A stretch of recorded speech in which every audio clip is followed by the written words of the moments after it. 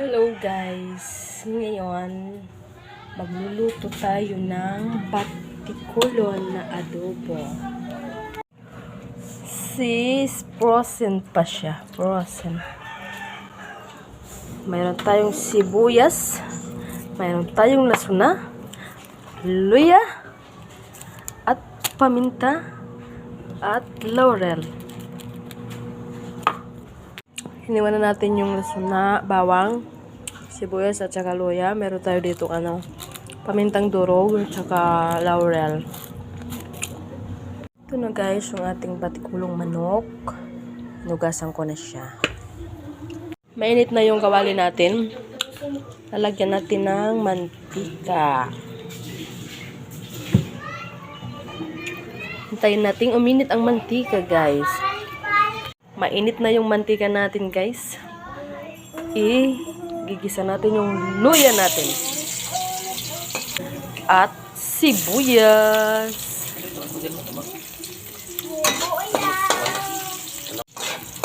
Hintayin natin maluto at sibuyas at saka luya. Isusunod natin yung ating lasuna maya-maya pa.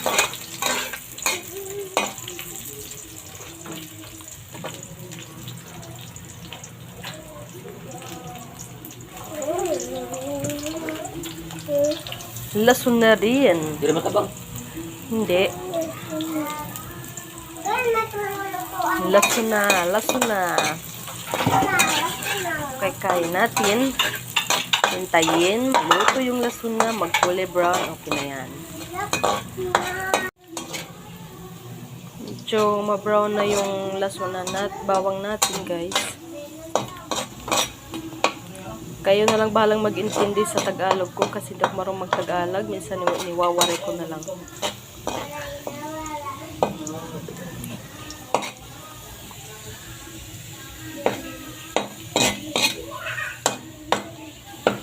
So, okay na siya guys. Next. Lagay natin yung ating batikulon.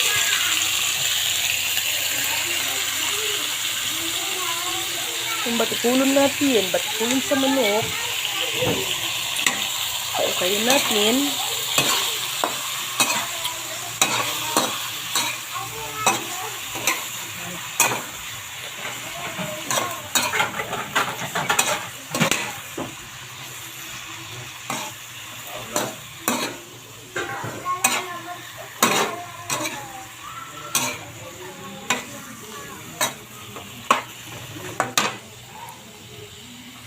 Lagyan natin ng paminta. Nag-2 piso lang ito dito. Ay, yung isang sachet, 1 piso. 2 sachet ating ginamit at saka laurel.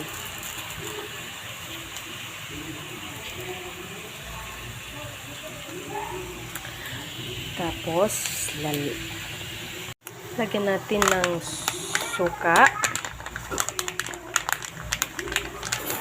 Gamit natin yung Silver's 1 sachet.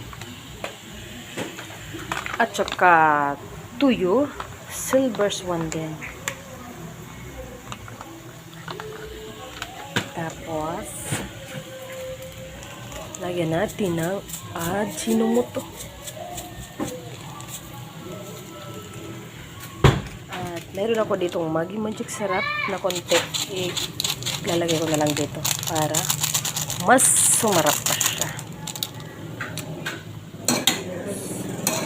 Halu-haluin natin. Halu-haluin natin guys.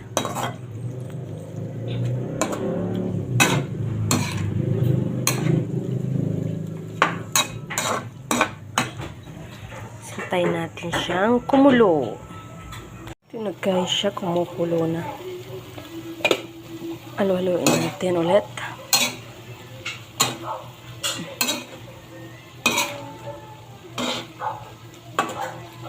Tapos, tikman natin.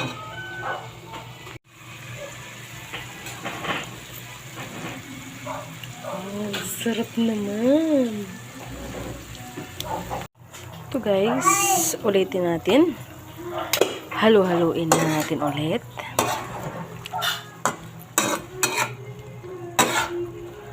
Tapos, hintayin natin maluto. Lumambot ang ating batikulong manok. Hintayin lang muna natin.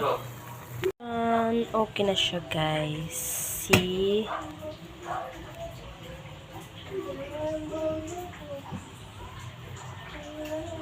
Wow! Yummy!